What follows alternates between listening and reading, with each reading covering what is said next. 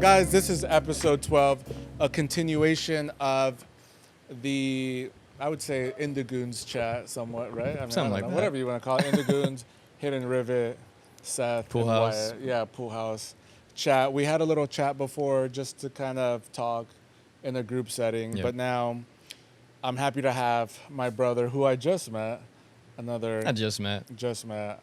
I don't even want to say it, but you're Mexican, and it feels good Yeah, to dude. see. Hashtag Latino. Hashtag Latino. I'm half Mexican. Yeah, you're half... And half obviously. Spanish. Really? Yeah. Well, it makes me happy to see someone else here. You are a supermodel sensation that blew up overnight. You're blowing up on TikTok. No one can get away from you on any social channel. Dude, I can't even get away from myself. I could only imagine. I'm scrolling and it's just a Pool House ad. It's a Pool House ad. Now you're starting. You're on your denim journey. Yeah. Your name is Seth Lopez. Yeah. Thank you for coming on. Thank you for having me. 12. Episode 12. The best episode It really that is. you've had so far. This How is does going to be it the feel? one. How does it feel like? It feels kind of weird. I remember, like, even before all of this, Yeah. I had, like, known about Turnkey in, like, some aspect because of social media. Yeah. But I was like an outsider, or not an outsider, but I was on the other side. I wasn't like on the influencer, Oh, and yeah, I yeah. was like a consumer of. How long ago is this? Because time is like...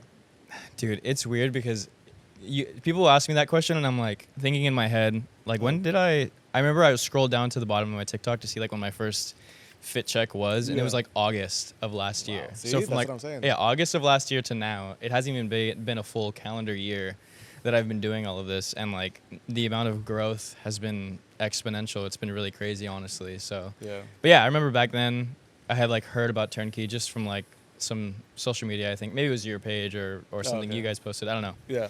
And then yeah, now being here inside of the podcast, Yeah. having my own quote unquote episode is Yeah. it's kind of surreal. Like how everything goes full circle. So. Yeah, that's what I was gonna say. It's like a full circle moment. Yeah, no, it's weird. Like it's weird, but it's great. Honestly, like Yeah. I'm enjoying it so much. So It's kind of cool because like for us, we're just like we're doing this thing, we don't even know, and then we're like, let's do a pod, and then like when we first started, we're like, let's do this, and then like now seeing it and doing more and more interviews, it's more and more people that we hear say the same thing. It's like, oh, I watch from the outside, or even in the comment section, or even in like emails, they'll be like, oh yeah, I've seen your stuff online and blah blah, blah. Or they'll be like, I seen a video, and like now I'm inspired.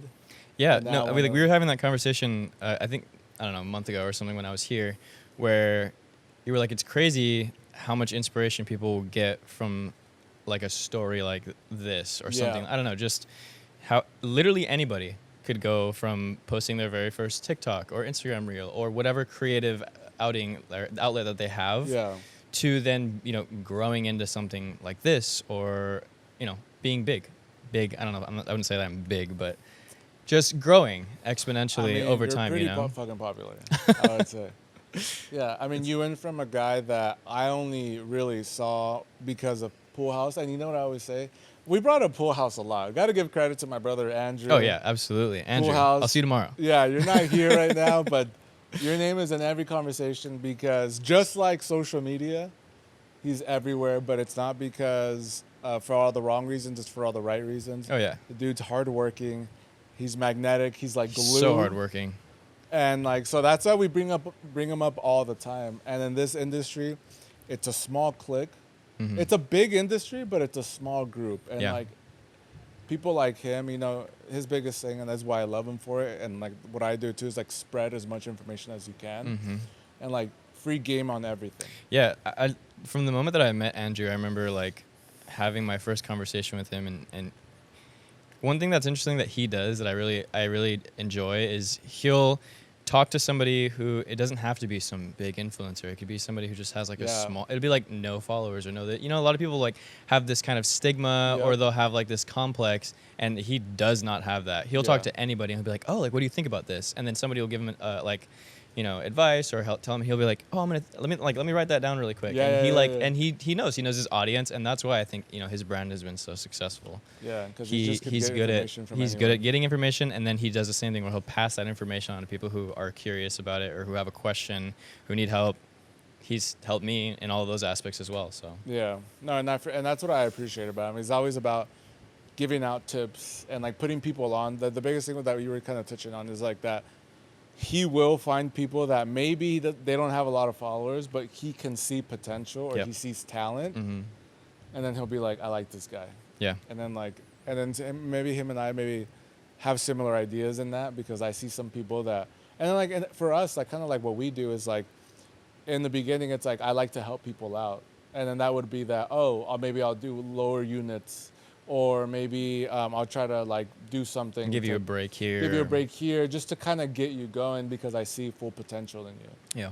You know what I mean? So like maybe that's why him and I also click, because he is like that, and then I'm like, oh well, I kind of do the same way in my own aspect. Yeah. You know? So shout out to Andrew, man. Shout out to Andrew. Yeah, because we've been talking about him. Me and Andrew are going to New York tomorrow. Yeah.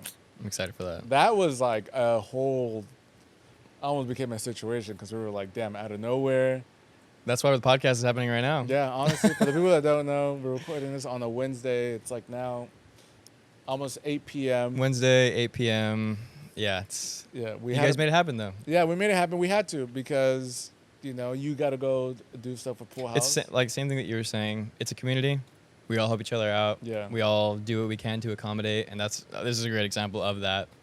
Even the Hidden Rivet is here helping and accommodating with me because of Unity, which is like, I guess, the main point of this podcast. But the main point of this podcast is for people to know Seth Lopez and who the hell he is and where he came from and how you got into modeling and all these things that no one really knows. So. No one knows. I mean, and that's really like the biggest interest of like, when did the modeling thing, if we start there, what do you think? What do you think is the defining moment in the beginning of all these things, right? Because like, as much as you're everywhere now, and which we'll get to, you kind of, for a lot of us, it's just like, the guy's here. It's weird because like, I don't know, people like, I'll even have like people that I know that are outside of the fashion community ask me like, are you a model? Like, and it's because they see like an ad and it's me in it, and like I still don't even know if I would consider myself a model. It's kind of weird. I don't know. I'm not signed to any like agency, or I don't really model for any other brands yet. Well, you know what it is? I think you're right. So I would say a model would be the people that are signed to like Ford models or something like that. But it's like the level of consistency that like I think I've built with Pool House that people enjoy. Yeah. I mean, I'll get people, when I'm walking up and down the street, they're like, oh, you're a Pool House guy. And I'm like, yeah, I guess so, and it's like, I think that's great. The relationship that I have there has given me so much opportunity that I'm very thankful for. But I'll tell you that I think you're definitely opening up a new type of model, right? Because I would say, you have like runway models. Yeah. You have cover models. Yeah, we were having this conversation before, like, a model traditionally, when you think it's like some dude who's like 6'2", and he's just like super trim and usually no tattoos, or like he's very clean cut or whatever, sometimes there's different ones here and there. Yeah. But I'm 5'9", for those who don't know. 5'11" with my boots on that I always wear, but hey, 6 feet in my eyes. 6 feet in your eyes, yeah. No, yeah. So I'm a little bit shorter or whatever, but I think it's kind of interesting because when you're selling a product like the clothes from Pool House or the clothes from the Hidden Rivet or whatever it is, like, you're selling to an audience, and not saying that there isn't people that are 6'2" and look like a model, but you're selling to like the masses, and most people, if you were really to narrow it down, have a shorter build or an average build or whatever it is, you know. And I feel like a cool thing that he does is he does use taller models. He'll use people that are taller or skinny or whatever, but a lot of the clothes that he'll just basically, it'll be me or one of the other guys who fits that category of like a very normal sized person, like average. Average, I would, Amen. Somewhat. I mean, I think 5'9". I think it's. I think it's cool too. I think it's a good, yeah. But I would say that I would consider you a category, which is new, which I would call it like lifestyle model. Yeah. And I think that's even more special because there's no like makeup, there's no a bunch of lighting, right? There's obviously some lighting, right? But you're more of a lifestyle because at the end, see, a magazine look could sell, maybe not. Runway is like a concept, but a lifestyle is what really drives it home. Because Yeah. it's like, oh, that guy. Like that's what it's gonna look like on me. That's going to, yeah. Yeah, exactly. That is probably the most powerful position to be in, and I think it's definitely a category that maybe isn't as recognized, which now I feel like is more and more recognized because of its power. I agree, and also I think it's like the best way to showcase some. If you're really passionate about a piece of clothing that you're making, you want it. You don't want to like skew what it's gonna look like on somebody, right? Like Yeah. it'll be on a model who's like their proportions are so outlandish. That's not what anybody really looks like. But when you put it on, like you said, a lifestyle model, Yeah. I mean that's what it's gonna look like out in in the nature, wild, you know, yeah. in the wild. Yeah. That's what it's gonna look like when you see somebody walking down the street. Like, oh, dude, those look really, that's a those good look fit. really good on you. And then that's what happens is you'll see all these people who are in the wild wearing these clothes, and they're like, dude, you look so good in that. Where's that from? Yeah. Oh, this is from Pool House. This is from the Hidden Rivet. This is, Yeah. and I think that drives way more than, some supermodel wearing an outfit that is really unattainable as far as a Yeah, it look. is. It's like a concept idea. It's cool for inspo, I think. Yeah. Like stuff like that, editorials. I'm not bagging on it. I think it's pivotal and it's very important in the fashion industry. But I think as far as, really, really pushing home what you're looking for a brand, Yeah. it's cool when you see like Yeah, the it's like lifestyle the stuff. lifestyle, and then that's what really does drive it home. Yep. So as far as like that, how long has that whole thing been going on? Like, I remember. I think it and was. was it weird when you first did it? Like, what was like? I think it was like in the end of March, if I'm not mistaken. I could be wrong, but Yeah. I got like my first PR package from Pool House. I was still like on the smaller end on TikTok, but they reached out and they were like, "Yo, we just want to send you like a pair of pants and a shirt." And I'm like, "Dude, heck yeah!" Yeah. And I remember I like made a video and they liked it. They used it as an ad, and I was like, "Dude, I felt so on top of the world because of that." And then they posted something on their story. They were like looking for models in the LA area, like, and then had a bunch of requirements and stuff. And I like slid up and I was like, "Hey, like, can I come through?" At first they had said like, "Oh, send your portfolio and send like this stuff," like they normally would. And I was just like, I don't have any of that, but Yeah. like, is it cool if I just show up and like maybe see if it works? And Andrew was like, "Yeah, dude, like we'd love to have you, so come up." And I remember I came to the store. It was my first time ever, and I'd never been in front of a camera like that. Yeah, and it definitely was kind of like awkward for me. I was like, they were like, no, you need to stand like this. And like I learned a bunch of stuff that day, like, making triangles with your feet and, Oh, really? the, I don't even know the any of pose. that. Yeah, it was like all this stuff. And I was like, okay. And I'm like, I remember just the whole day I was like, dude, Wait, what's the triangles with your feet? Thing? you just like, it's just like a thing in when you're modeling clothes and you're doing like action shots or whatever, you want to look natural. kind of You don't want to triangle? just look like standing straight up. Sometimes you do, depending on what the shot is, but Little Illuminati. yeah, exactly. But that shot ended up doing like okay, and he used a couple things from that one, and then I was just like, if you ever want to do it again, I would really like to continue learning.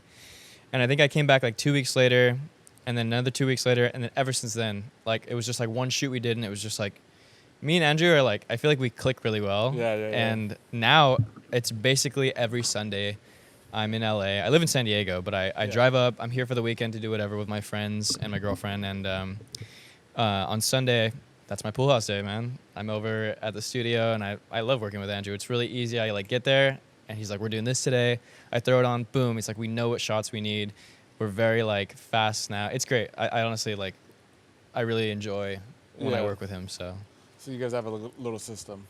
yeah, it's like it's very easy now. Before it was like, what shot should we get? Do you think we should do? And now it's like, I throw it on. Okay, let's get this one. And it's funny. Like we'll have like not like inside jokes, but like he'll call something. He's like, oh, do this pose, and like we know exactly what that means, which I feel like is very valuable. Yeah. When you're looking, because Wyatt had said it earlier. Like you might hire a model for a photo shoot, and they might be a really good looking person, or they might have the proportions you need. But if they're not really understanding what look you're looking for in those clothes, Yeah. there can be like a disconnect. It might take longer. You might be like, hey, you're trying to like get something across to somebody and they're not quite getting it. But I think the relationship that me and Andrew have, which is really beneficial, is that like I know exactly what he wants in the look for his jeans and for his shirts and everything. Yeah. And so it's like really quick, really easy. Yeah. But like, so what do you think the timeline is on that? Like, how long have you been doing that? May, June, July, maybe like 5 or 6 months. Oh shit. That's it. But that was the start of that. Dude, that was the start. Like so you weren't even doing it before. I had never ever been in front of a camera like that before, ever. Like I've never even. What made you just feel like Hey, I could do that. Because I was making the TikToks, and I think it Yeah. like instilled some level of confidence in me. I'm Which like, is oh, yeah, dude, great. dude, I make TikToks all day long. I could do this modeling thing. But then Yeah. when I got there, I was kind of intimidated. I was with this girl named Morgan, and she does UGC, like Instagram Yeah. and TikTok content. And I think she had modeled before, so she was there, and she pretty much knew what she was doing. And I was just like, dude, like, I was like, am I blowing this right now? Like, am I making this? If I'm making everyone's lives harder, and they're like, no, you're good, you know. But I've learned, and I'm honestly so glad that I did take that shot. Yeah. Because it's turned out to be a really, really great relationship for me. So Yeah, I think it really just made you just take off after yeah, that. yeah. I mean, everyone knows me as the pool house guy Yeah. when I walk down the street. So it's interesting. Which is cool, which like now kind of, as much as everyone knows you as that, you're also trying to figure you kind of like your own thing out. And like, Yeah. it always starts like that, right? It's like, all right, let me get you up to a level. Mhm. And then from there, you can kind of spread your wings and be like, I get like 3 different, I think, like nicknames or what people see me as, and it's either I'm the pool house guy, or they think that I work for the Hidden Rivet, which is Yeah. really funny. They're like, oh, you work at the Hidden Rivet, right? I'm like, kind of. yeah, I'm like, I'm making jeans with them. I don't know. Yeah, I'm like, they're just my really, really good friends, you know? yeah. Or it's like, oh, you're the Indigoons guy. And I'm like, yeah, I guess, you know. The Indigoons stuff is like new to me. Yeah, it's like, I feel like it's more of like an inside joke thing. or it inside started term thing, started right? as like an inside joke. It was like just a couple guys who liked selvage denim. I was like really into Ironheart at the time when we first started this. Yeah. And we all like kind of bonded over that. We all like jeans, and we were like, oh, we just want to place like a group chat of guys where we can kind of like talk about jeans and not be judged for it. Because it was like, Yeah. I remember trying to have conversations with like people who are not into that, and they're just like, bro, what are you talking about? Your $500 jeans? Like, Yeah. all right, like that's cool. Like, I don't know what you're saying. So it was kind of like a safe space to talk about jeans without, and that Yeah. we were gooning over indigo. Yeah, And that's yeah. where it kind of like came from. It was like a joke. And dude, yeah, it's like a group chat. It's an Instagram group chat, but we all kind of like use the hashtag Indigoon. And there's like a lot of content creators that do fashion, or there's like Austin who makes belts. We've got tattoo artists, all kinds of Austin, people. the belt guy, what's his... The belt daddy. The belt daddy. Yeah. It's funny enough, I just came across his Yeah, the belt daddy. Instagram yesterday. He's just blown up too. randomly. Yeah, everyone has a custom belt daddy belt now. They have one. Oh, shit. But yeah, there's like a lot of different walks of life in the group chat, and it's just a place where everyone kind of just throws stuff in there. And they're like, "Yo, what do you guys think about this? What about this outfit? What should I wear here?" There's people getting married in there. They're like, "Should I wear this to my wedding?" And blah Oh, blah that's blah. cool. So it's like it's like a cool group Like a chat of just guys, community. Yeah.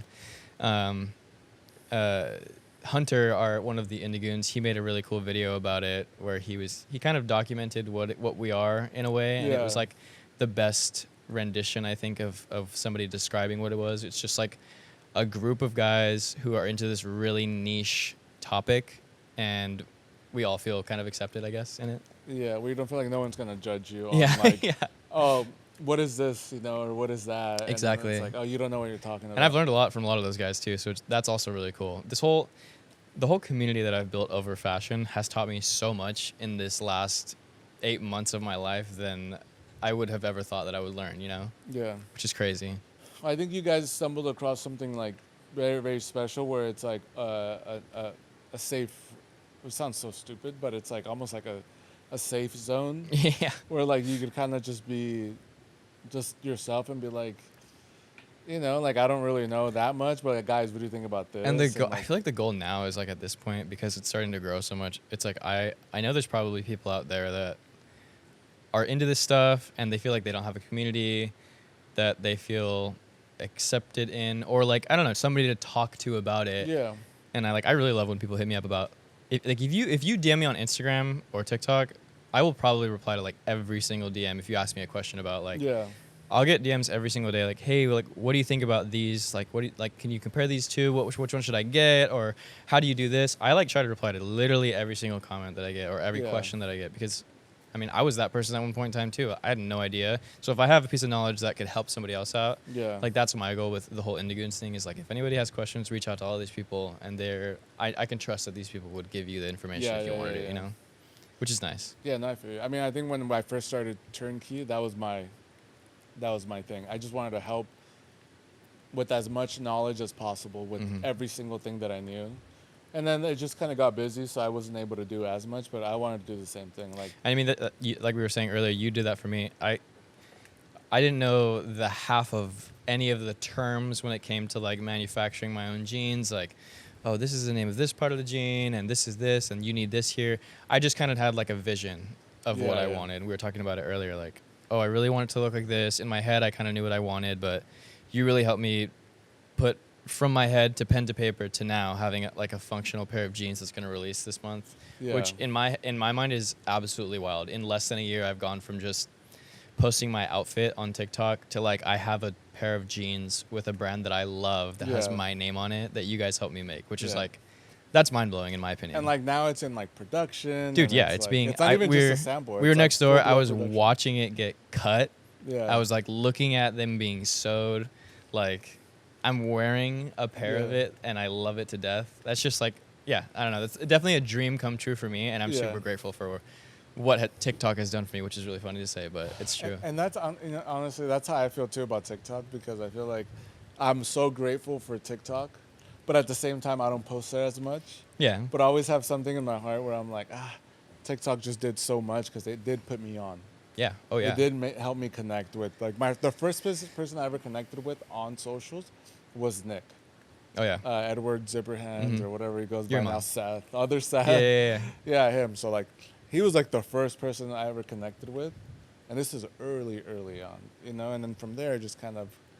I remember I had one of my very first videos that went pretty big was I got a pair of his jeans and I, like, did a video on them. And then he followed me and it was cool, like, to talk to. Oh. And so you saying that is kind of crazy because you'll see these people on social media, and I remember when they were all just, like, my, like, inspiration or whatever, it was just, like, people that I saw, and it almost didn't seem real. Yeah. Like, you would see these people online and you're like, they're, like, almost like celebrities or something, you know? Yeah.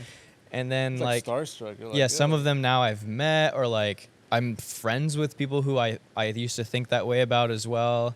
And it's just like, wow, like, this, you were talking about earlier, this community really is super tight-knit. Yeah.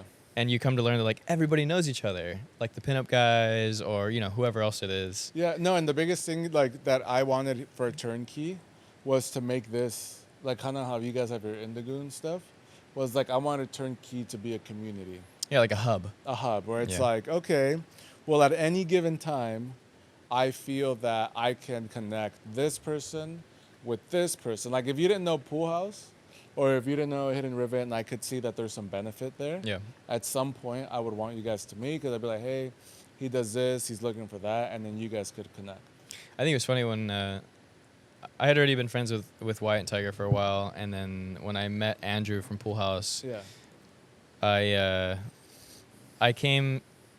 think I came here with them for the first time, and I met you. Or I don't even know if I met you, but I just, like, walked in and I was like, oh shit, like, this is Turnkey, like, that's cool, And then, like, the very next day, I think it was when I was doing my modeling with Pool House for the first time. Oh. And he's like, all right, let's go to the shop or to the studio. And I was like, oh, I was here yesterday. I was like, that's Turnkey. And he's like, yeah, like, I manufacture with them. And I was like, oh, what the heck? Like, everybody manufactures with Turnkey. And that was like my first. Cool. That was like my first experience. Really? I was like, oh wow, like I guess everyone really does. And he was telling me about all the other brands that do it. And yeah, like you really do. I'm looking at the walls here of all of this fabric, and you see the names on it. I see another one of my friend Curtis right here. His name.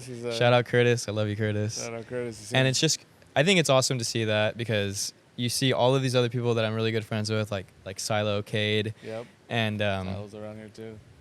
Like, it's just like, who's next? Yeah. Like, in 6 months from now, I'm probably gonna see another name up here, and that's just, like, really fun to see, I guess. Yeah. Maybe my name. I don't know. We'll see. No, I mean, you for sure, right? I mean, I think that's definitely the goal with what we're going towards. I mean, absolutely. Have you even considered any type of name for what you want to do, or like, what do you think you kind of want to lean to? Obviously, we had this conversation when we were making these jeans, because I was kind of like, they were like, oh, like, do you eventually want to, like, have your own brand or, like, branch off? And I'm like, yeah, I think so. That would eventually be a goal. And, like, Wyatt and Tiger have taught me so much about everything that goes into having a brand. Yeah. You think it's like, oh, you just buy some fabric, give it to somebody, and, like, give them a design, and it's done. There's so many different areas you need to hit, and so many different things that you need to make sure you take care of. Yeah. And I'm really grateful for that. But yeah, we were like, oh, like, do you want to, like, come up with your brand name now and put it on the jeans so that you can, like, start this now? And I was thinking to myself, I'm like, I don't know. I really got to think about that. I feel like I need to be like inspired or like something has to come to me. Yeah. And that's why we just chose to kind of have it just be my name on the jeans, because that's what it is. It's a jean for the Hidden Rivet that I helped to design, Yeah, you know. yeah. And eventually, yeah, I do want to have a brand. I'm not really sure. But even then, like even when I had my brand and back in the day, you know, Sid always says, back in the day, 2016 when I had my stuff, I played around with so many names. Yeah. Like I wanted to be unique. I wanted to be this. At that time it was like the hundreds, and it was like 2016, 2015, and like all these brands were popping off. Oh no, actually I lied. The hundreds was like 2010. So no, it was like Amiri. It was Fear of God. Fear of God. Yeah. It was Jerry Boys. Yeah, ERD was barely really getting like popping off like that. You know, he was already a thing, but he was really getting to that level. Brands like that, you know. I think one thing that I was nervous about, because I have concepts of things that I might want to call it, or you know, whatever I you know, but I really want to like put a lot of thought into it before I say, oh, okay, I'm ready to branch off on my own. This is what I want to call my brand. This is how I want it to be presented. Blah blah blah. Because I definitely want to make things that are like all about longevity. Yeah. Like that's like a big importance to me. Like that's why I think I made these jeans the way that we did. We were talking about how they're a little bit different than like a lot of the stuff that's coming out of LA right now. Not to say that I'm some trendsetter or anything like that. It's definitely like it's a new trend that's starting to surface. Yeah. But yeah, when I was thinking of, you know, what I wanted my name to be, I couldn't really pinpoint something right that second. So Yeah, but I'm not. I guess I keep not finishing my story. Is that the point to my story was that when I ended up with my brand name, it ended up being my last name. yeah. De La Fuente. So what I'm trying to say is that if at the very end, no name, like, you know, the Hidden Rivet is, you know, a damn good name. It's a gas name. Yeah, and not only that, it's only because they did it before it was a trend. Yeah. Where if Hidden Rivet came up right now, I'd be like, ah, bro, oh that's my God, corny. really? Like, you guys are so unoriginal. Like, but since it came up such a while ago, before the hype, And it's got such a nice ring, man. yeah, you're like, damn, the Hidden Rivet, and then you're making denim. You're like, I got some big shoes to live up to, you know. Like I got all these people that I'm involved with, and yeah, I definitely want to. If I'm gonna make something on my own, I want it to be perfect. Yeah. So stay tuned for what my name of my brand will be. I mean, if it's Seth Lopez, I'm not even Seth Lopez. SL, I don't know. Lopez? Lopez? Nah, I'm not. Nah, Lopez. that's too common of a last name. That's too George Lopez. Yeah, there's like 10 stores down the street over here that have Lopez on the last name. No, not like that, but I don't know. An abbreviation, SL, I don't know. Yeah. Something like that wouldn't be, you know. Yeah, I've thought about it. Cursive S and then like an L. Maybe. Who the hell knows? We'll find out. I don't and know. I'm excited to find out. Yeah. But then also, okay, so then now moving on from the modeling stuff, the biggest part that I felt like I always wanted to like touch on, just from hearing your story, was that you do have another, like your main, like I would say, I don't even want to say your main hustle, but you do have a full-time job. Yeah. Which you do.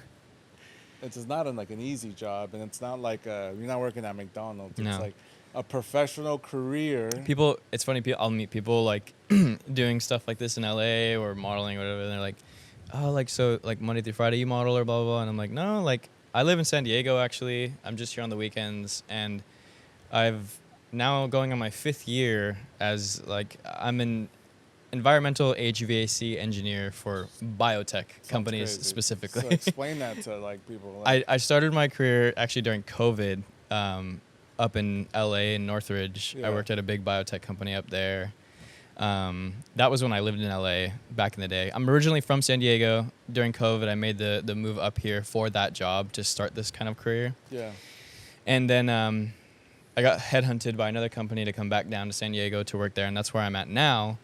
And yeah, like it's funny because I have a full-blown career back at home, and I do love my job. I love where I work. I love what I do. It's fulfilling work. I'm still actually learning. I'm continuing to get certifications and things like that to further that career. And this all kind of started out of nowhere. This was like a passion of mine, like a side passion, you know, and I did it to just like enjoy it, you know? and not to say that I don't, I still enjoy it so much. It's just now become fruitful for me, which is crazy. Like the fact that I have a full-time job to sustain myself has actually, in my opinion, I feel like opened up more doors. Yeah. I feel like a lot of times when you are reliant on just the hustle almost, Yeah. it might be hard, or it might discourage you at times. But I feel like I've had a really good balance between the two for a while now. Yeah. Having my full-time job and then having all of this amazing stuff happen on the side, where I'm like, you start to become like at a crossroads, like, oh, what am I gonna do in the future? Who knows? Yeah. I definitely think I'm gonna continue, obviously, with my career because I've been there Yeah, for so you long have and I'm to. still growing. Yeah. But I mean, it's not to say that I don't want to continue this growth. It's just I'm a busy person, I think. Yeah. But I think it goes to show that as busy as you are, like with the modeling stuff, and it online, it just appears as like you're having fun, you're modeling, Mm-hmm. and then tomorrow you're gonna be in New York and doing all Yeah. these things, right?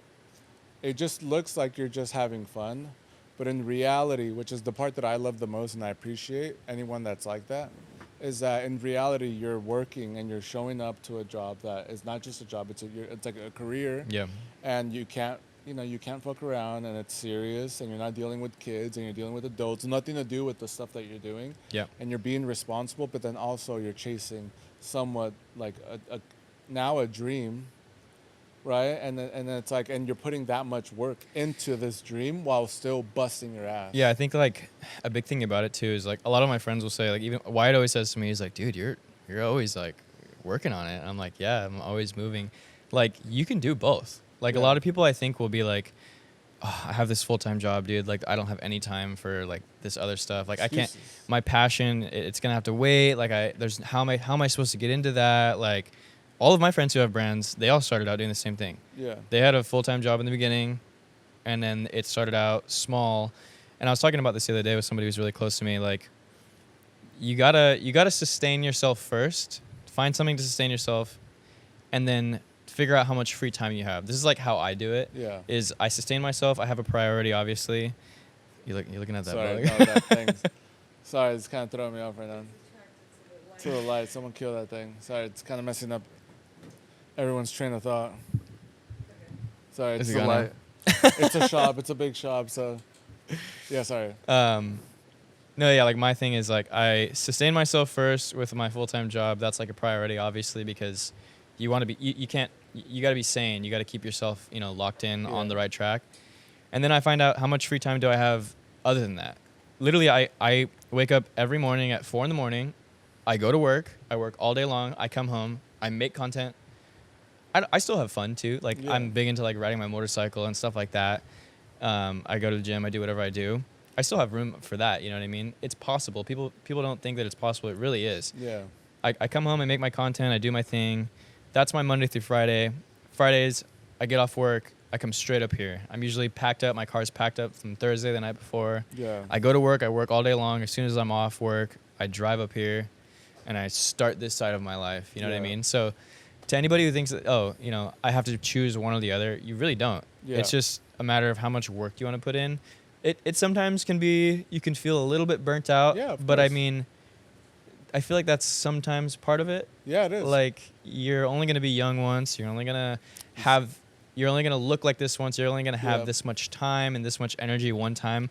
I just want to make the most of what I can. I have a very, very unique and special opportunity right now with Yeah. everything going on. I'm going to take it, by the horns. Yeah, and I think it's just like people always want to have excuses or something, but it's like, no, in order to make it and do whatever it is, you got to really bust your Oh, yeah, dude. ass. Like, Exactly. it's not like, oh, yeah, no, it's so easy. And it's like, no, you bust your ass. When I was your age, how old are you right now? 26. Yeah, see, when I was your age, that's when I was on my grind, and I was doing the most up until maybe like 3 years ago. I'm not saying I'm not on my grind now, but I've been grinding for like 15 years trying to make something happen. Yeah. Yeah, honestly, what you're saying to me is like reminds me so much of myself when I Yeah. was young. It was like waking up at 4 a.m, going to the gym, and I also wanted to be like someone really good at my job, so I was like top performer at BMW. Yep. And then so I would bust my ass there, and it was a laborer's job, right? So then after that, I'd leave work around 4:30, then come to my studio that I had, and I would work from 5:30, and then all the way to 9:30, 10, and then cruise all the way back home to OC. Yep. So I had my studio literally right down the street here. So to me, having all of this is a full circle moment, because I used to be, you know where Maru is, Yeah. right where Soho House is. That street is called Bay. The first shop I ever rented out of was there on Bay, and I always dreamed of coming back here, but this area got really, really expensive because of Soho and all these little, all the stuff that built out. And this is a nice area. So then I moved out along the outskirts, and I had to rent out with other people, and then I still busted my ass off. And I even had it on my phone. It was like, oh, I want to manifest like this studio back on Santa Fe. Yeah. And then I don't know how long after, maybe like 6 months after or 8, we did come across a studio which was T1. And then from there, it just kind of took off. But I was busting my fucking ass off. And now I'm still, like, grinding hard as fuck. Yeah, you guys have grown. I mean, you guys were already, when I first came here for the first time ever with them, I think, like, you guys were already big. You guys were already doing it all. And just from then to now, which has just been a couple months, you guys have, like, doubled in size. Yeah.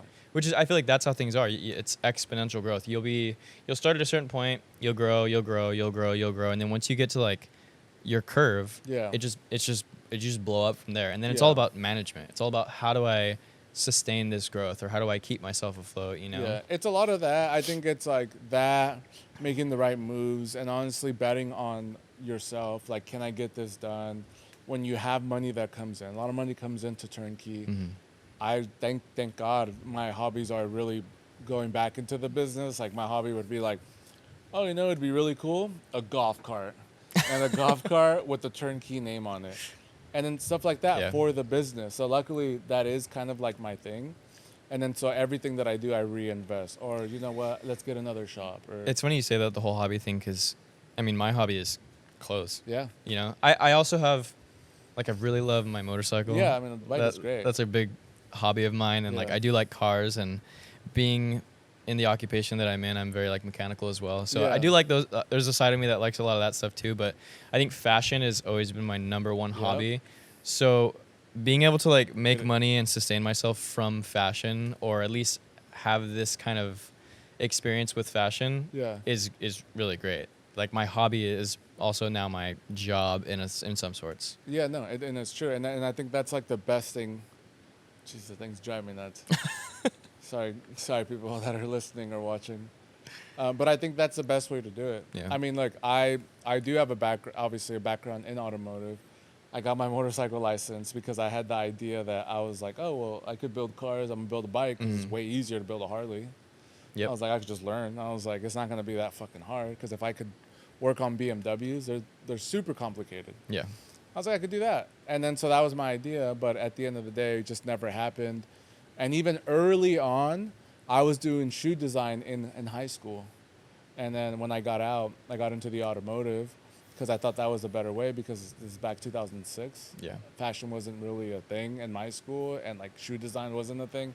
Fitum was like, it was like, no, you're not going to do that. Yeah. And then it always chipped away at me that, I would see a garment and I'd be like, I can make that better. Mm-hmm. Oh, and then I would see something like, I could make that better. Until finally, like 2011 or something, I was just like, I need to get this off me. And then that's when I kind of started like, oh, what was the name? And then that took me another 5 years until finally I was like, this is what I'm going to do. And I started my brand. But it's just the itch for the clothing thing and like the fashion stuff, it just doesn't go away. If you really have it, no matter what you do, it just kind of sticks, and then you just want to do something in design, or because it's the engineer mind of us, right? Yeah. That you're like, I could reinvent that gene and make it better. And then I'll have like people from like middle school or high school be like, oh, that's like so crazy. I'm like seeing all the stuff you're doing now, and like I remember how into fashion you used to be. Like it's really great. Like you're definitely the right person that should be doing this kind of stuff. Yeah. And I'm like, oh, that's really great to hear. You know what I mean? And yeah, I have those thoughts all the time. I would like wear clothes or see clothes or buy clothes, and I'm like, man, if I could just change like this one thing about it or whatever, it would be so much better. Yeah. But Well, that's what it is, and it never goes away. No. So I'm glad that because a lot of people live with certain things that they never get to get out, and then they're just like, oh, well, I'm just gonna go to my 9-to-5 job, and then they never actually get to like express themselves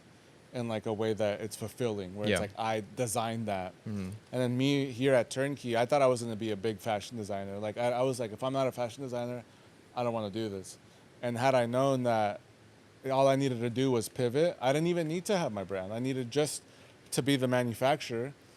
Then I would be so satisfied. Like there's so much satisfaction when we design stuff, and like, and then you give me an idea, and then you're like, hey, this is kind of what I want to do, and I'm like, okay, this is what I see right with that, and this is what I see wrong, and this is what I recommend, and then we complete your project, and then it's like, I mean, you technically are the fashion designer. Yeah. You're helping other people create, you know, the image of their product that they want. Yeah. And I feel like you're even more important than just a fashion designer, where you're helping all the fashion designers be that. You know what I mean? Yeah, be like the best version of themselves that they want. Every fashion designer had a fashion designer or somebody who helped them at one point in Yeah, a time. manufacturer, To you create, know, like a manufacturer or you know, a mentor that helped Yeah. create, you know, whatever it was. And that's what you are to a lot of these people who are starting out, which is really, really, really great. Yeah, That you're but doing that. but it feels good because it's like which a lot of the stuff, you know, like regardless of what people say, it's like it is selfish in a way because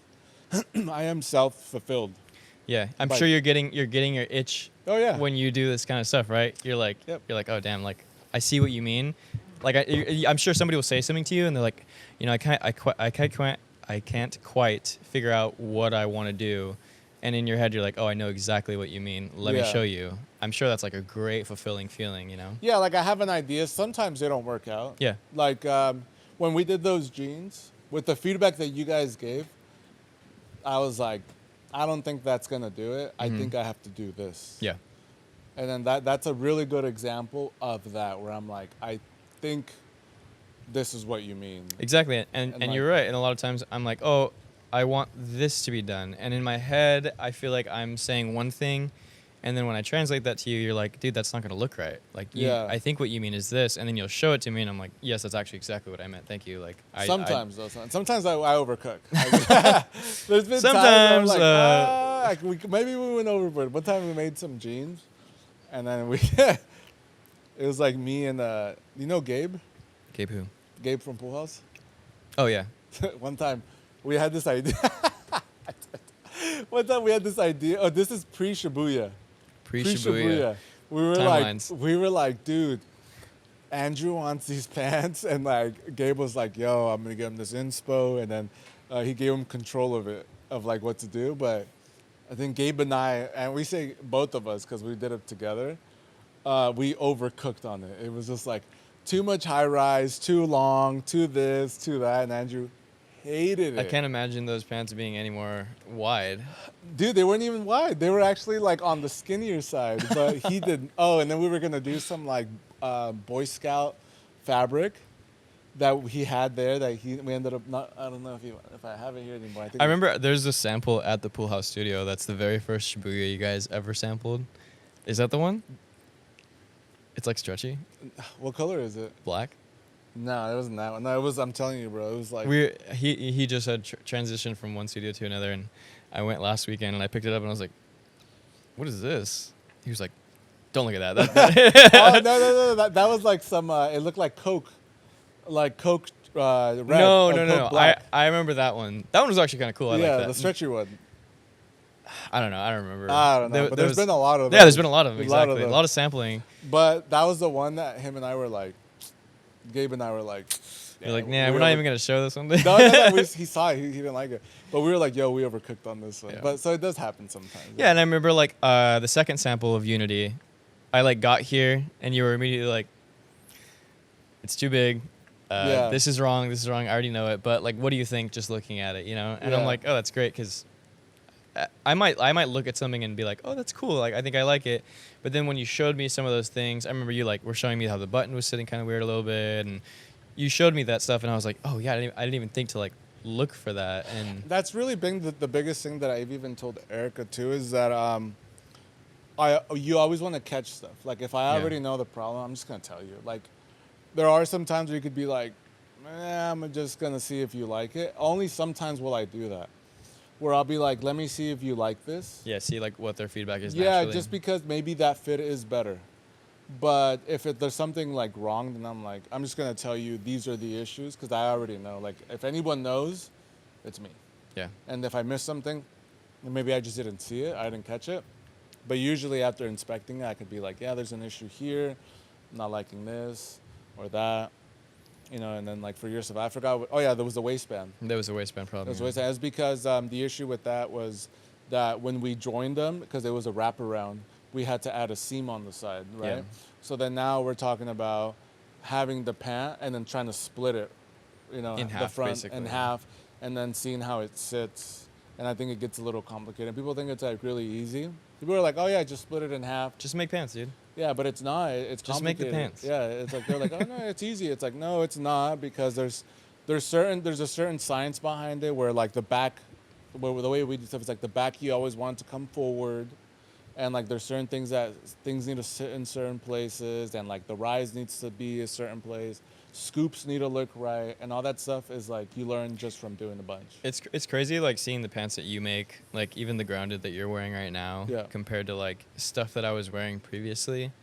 Like I notice all of these little details that you're talking about now. I'll like pick up a pair of jeans now, and when I look at them and I'm like, oh, I see what he was talking about here, or like I see this little detail here. Oh, they went with this, they went Yeah. with that, and it's like, yeah, it's really cool to see all that.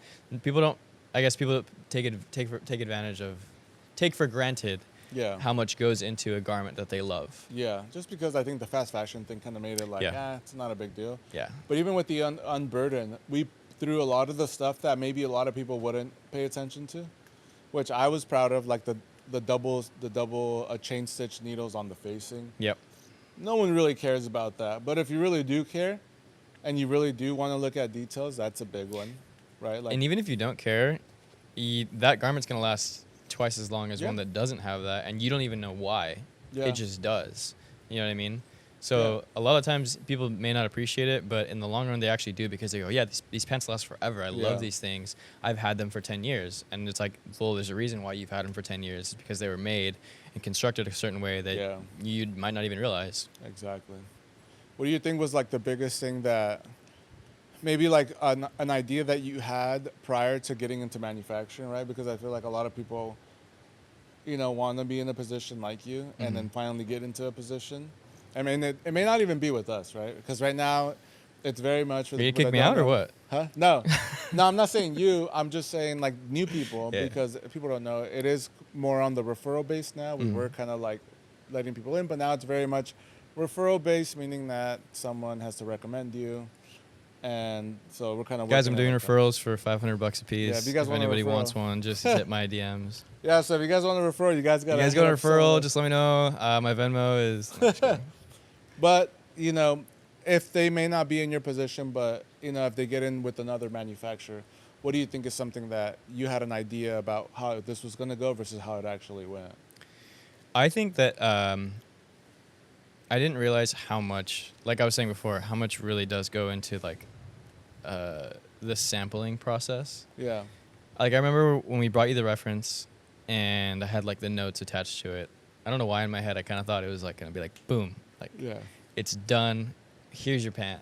And it was like going to be like, maybe change this and that, and then it's going to be ready to go. But yeah, there's a lot of things you don't realize before you try on a pair of jeans that you're getting sampled or manufactured or whatever it is, And even ideas that I had about the pant in the beginning that I thought I was going to love changed completely. Like my idea of this pant from what the concept was originally to what it is now is like almost night and day. I wanted a longer rise. I wanted those really weird like top side engineer pockets or whatever they're called. I wanted the wraparound seam. I actually originally wanted it to be a little bit baggier or almost flared. And like just from the first to now, like this is basically version 5 or version 4.5. Yeah. A lot of those things have changed along the way, and it was all just, seeing it happen in real time, trying it on, experiencing it as you're wearing it, a lot of those things you don't realize they're very important. You don't want. I feel like there's a huge benefit to having a manufacturer like this where you're in person, you're looking at the garment together, whereas a lot of people might send off ideas or pictures maybe overseas, and not that there's anything wrong with that, but you don't get that like inhuman experience, or even like to be able to, like I said, tell you something that I want, and I may not be able to conceptualize it perfectly, but you understand what I'm saying, or you have an idea and you can actually execute that. I think that was the most important thing that surprised me. Yeah, it's really cool. And then, but the biggest part with that stuff is that people don't understand that with a simple fix, right? Because in theory, when you were telling me what you wanted, I was like, dude, I just want them to be like this, man. Yeah, no, and I was just like, okay, this is pretty easy. And then in my mind, when you're telling me an edit, you're like, yeah, I want to slim down the leg. And I'm like, oh, yeah, great. But when you actually go to do the work, a lot of the stuff it becomes challenging because when you're messing with the rise in the back, then rise has everything to do with your thigh, and then like the back, and then like, so when you want to reduce your thigh, then you're messing with the rise, and I'm like, okay, was the rise an issue? But then you're like, I want to maintain rise. Yeah, and then there's even a back rise and a front rise. Yeah, that was something that I learned. I'm like, I thought it was just they were both the same size. Yeah, no, they mix. No, you can have a bigger, if you got a bigger butt. I don't know, you know. Yeah, you kicked up over here. I'm kicked up, so I had to make some room for that. You know, the people want to know. The people want to know. They might see it on TikTok. I don't know, man. This dude's caked up over here. But yeah, no, there was a lot of things that I learned making a jean that, you know, I think is perfect, and you helped me execute that. So thanks. Yeah, well, I mean, I'm glad to hear. Yeah. I mean, that's what we're here for. And then so after we do all the samples, like what's coming up next right now for you guys? You guys are gonna drop the Unity. So Unity drops September 27th, and we're really, really, really excited about that. Yeah. If you guys don't know already, October 4th, we're having an event at the Hidden Rivet in Los Angeles. You guys should pull up. It's going to be a community event. Get it? Because Unity. Community. Yeah. So this is a Unity podcast. Yeah, Unity podcast, community event. Yeah, we're really excited for that. We're going to have some pairs there, right? Yeah, no, 100%. Yeah. I gotta talk to the boss, you know. No, for sure. You're gonna have your pairs there. Yeah, that's like it'll be done before. That's what's on the cusp. So yeah, we have the official drop online on the 27th, and then the next month, just 1 week after that, we're doing an in-person. You know, if you buy online, you can pick it up there in person as well, and then we should have a couple pairs to sell. There's gonna be a bunch of other brands there with us. It's gonna be a really fun time. So I'm really excited about that. I mean, it feels like surreal to me that this event, not that it's all about me, but it's like about something that is very near and dear to my heart. You know, this pair of jeans that I have collaborated on with my really good friends, like we're having an event for them. So like I keep saying all these things are just so, like they're mind-boggling to me. So like they don't really hit home until they're actually happening, which is this is one of those things. So I'm really, really excited about that. Yeah. That's what's coming up next. And then after this pair, do you think you're gonna drop something else, or? I think we're going to do a black version. A black version? Yeah. I'm really excited about that. Tiger has approved it. She's put her stamp on it. Yeah. Sealed of approval. Tiger's back there. So you guys heard it here first. We're doing black. Can't tell you too many details on it, though. It's going to be a surprise. I'm really excited about that. For the people that don't know, some of the details on the Unity. Unity, to me, I wanted to make originally it was like, we called it a classic pair of denim. I think that word has evolved to like, I want to say like mature pair of jeans, but also it doesn't have to be just that. Yeah. I just think it's like a really good all around pair of jeans. Like I wanted to make something that I could dress up if I wanted to go out on a date. Like right after this, we're going on a date. I'm gonna wear these, but also something that I could wear every day if I wanted to. So.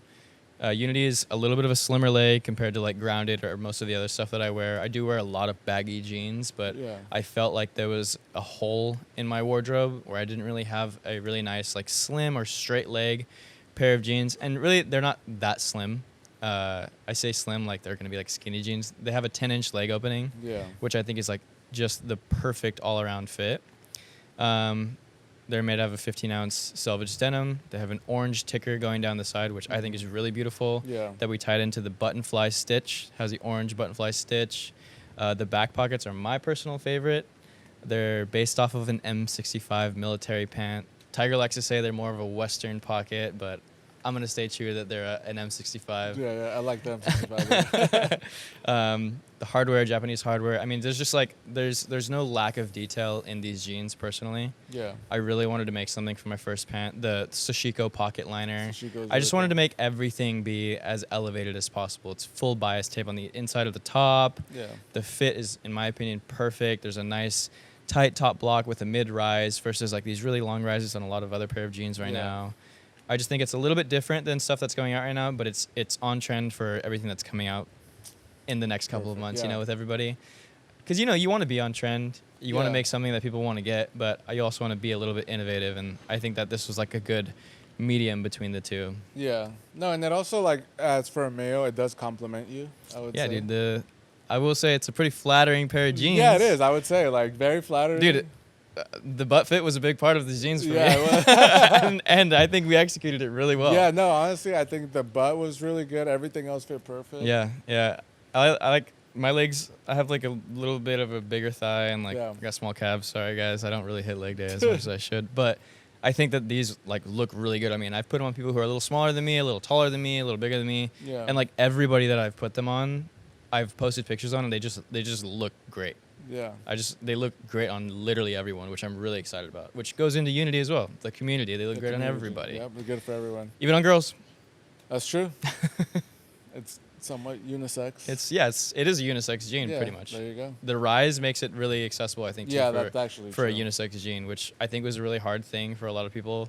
That's where like the differences between boys and girls wearing pants Oh, yeah. is the rise, and I think that this is very like all around unisex. So would you say, like, if for a guy, if you wanted more of a looser fit, maybe size up than your original yeah, if you were a size? dude and like we're gonna post some content in the next couple weeks when we get a couple more sizes.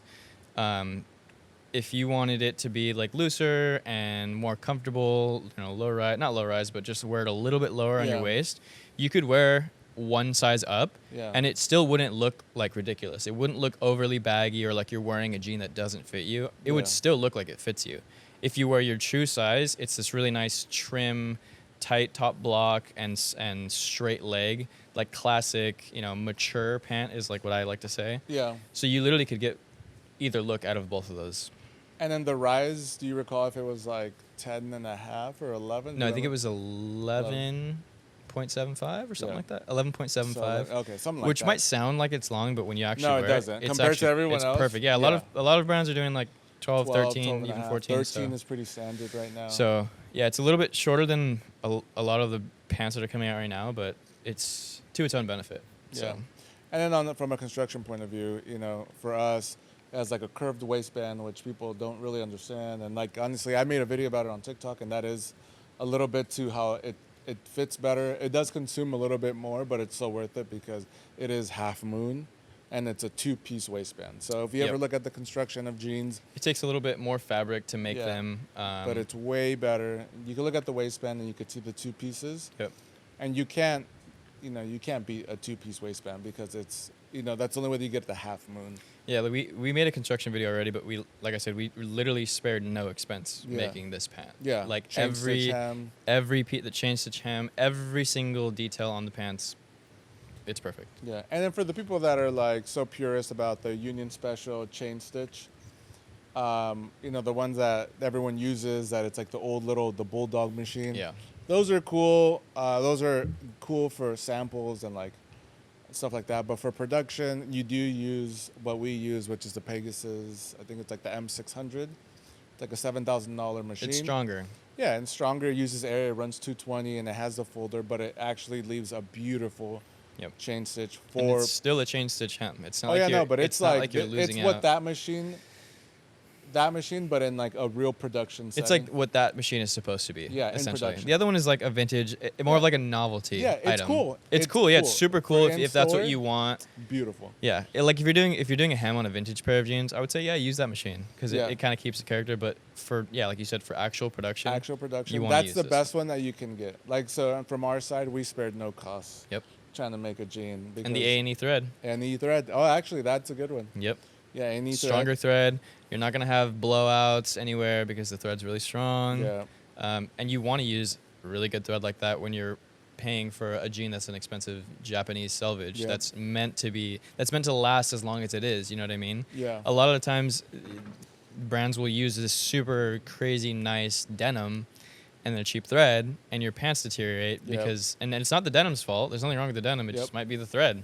So yeah, we wanted to make sure that the thread and the denim match in this pair. Yeah, So. thread has a lot to do with it. A lot of people use the wrong thread, so that's a whole nother thing that, you know.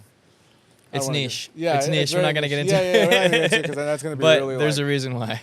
Yeah, but I made videos about thread and how important it is to use the right stuff. Yep. But honestly, it brings me so much joy to have you here. Thank you. And to have you explain just the beginning part of your story. Yeah, can't wait to be back again. Yeah, this is just the beginning.